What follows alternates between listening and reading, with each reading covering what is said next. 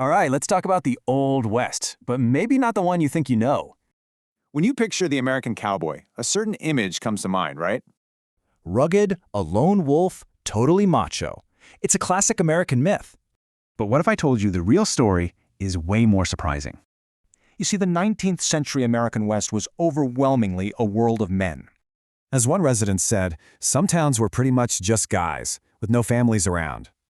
So that constant pressure to get married and settle down, it basically disappeared. Instead, men adapted, creating their own unique kinds of family units. They were called bachelor marriages, and they were actually pretty common and totally accepted. People even had names for them, like calling two lifelong partners the wedded bachelors. And the bonds were deep. After 50 years, when one partner died, the other couldn't go on. So, what about a social life? How on earth did they hold a community dance? Well, they got creative. Half the men would simply take on the female role for the night. And this photo gives you an amazing look at what these all-male stag dances were actually like.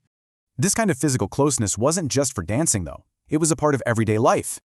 And old photographs from the era, they captured these open displays of affection all the time. You see a ton of portraits of men holding hands or posing in very close, intimate ways. These images show really deep connections that challenge our modern ideas about the past. And you know what? This kind of social freedom wasn't just limited to men.